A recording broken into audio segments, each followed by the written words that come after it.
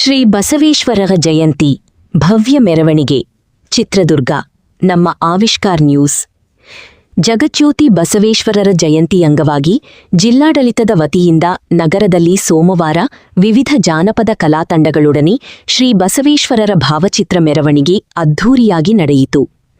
ನಗರದ ಹೊಳಲ್ಕೆರೆ ರಸ್ತೆಯ ನೀಲಕಂಠೇಶ್ವರ ದೇಗುಲದ ಮುಂಭಾಗ ಸಾರೂಟಿನಲ್ಲಿ ಶ್ರೀ ಬಸವೇಶ್ವರರ ಭಾವಚಿತ್ರಕ್ಕೆ ಪೂಜೆ ಸಲ್ಲಿಸುವ ಮೂಲಕ ಚಿತ್ರದುರ್ಗ ಶಾಸಕ ಕೆಸಿ ವೀರೇಂದ್ರ ಪಪ್ಪಿ, ವಿಧಾನ ಪರಿಷತ್ ಶಾಸಕ ಕೆಎಸ್ ನವೀನ್, ರಾಜ್ಯ ಸಫಾಯಿ ಕರ್ಮಚಾರಿ ಆಯೋಗದ ಅಧ್ಯಕ್ಷ ಪಿ ರಘು, ನಗರಾಭಿವೃದ್ಧಿ ಪ್ರಾಧಿಕಾರದ ಅಧ್ಯಕ್ಷ ಎಂಕೆ ತಾಜ್ಪೀರ್ ಚಾಲನೆ ನೀಡಿದರು.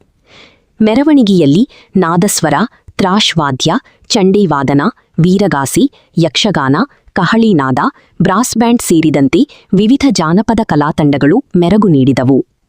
ನಗರದ ನೀಲಕಂಠೇಶ್ವರ ದೇಗುಲದಿಂದ ಪ್ರಾರಂಭವಾದ ಮೆರವಣಿಗೆಯು ಆನಿಬಾಗಿಲು, ದೊಡ್ಡಪೇಟೆ, ಮದಕರಿ ನಾಯಕ ವೃತ್ತ, ಅಂಬೇಡ್ಕರ್ ವೃತ್ತ, ಗಾಂಧಿ ವೃತ್ತ ಮಾರ್ಗವಾಗಿ ಶ್ರೀ ನೀಲಕಂಠೇಶ್ವರ ದೇವಸ್ಥಾನದವರೆಗೂ ನಡೆಯಿತು. ಈ ಸಂದರ್ಭದಲ್ಲಿ ಉಪವಿಭಾಗಾಧಿಕಾರಿ ಡಾ ಕೆಜಿ ಕಾಂತರಾಜ್, ಹೆಚ್ಚುವರಿ ಪೊಲೀಸ್ ವರಿಷ್ಠಾಧಿಕಾರಿ, ಕನ್ನಡ ಮತ್ತು ಸಂಸ್ಕೃತಿ ಇಲಾಖೆ ಸಹಾಯಕ ನಿರ್ದೇಶಕ ಡಾ ಬಿಎಂ ಗುರುನಾಥ್ ಸೇರಿದಂತೆ ವೀರಶೈವ ಸಮಾಜದ ಮುಖಂಡರು ಇದ್ದರು.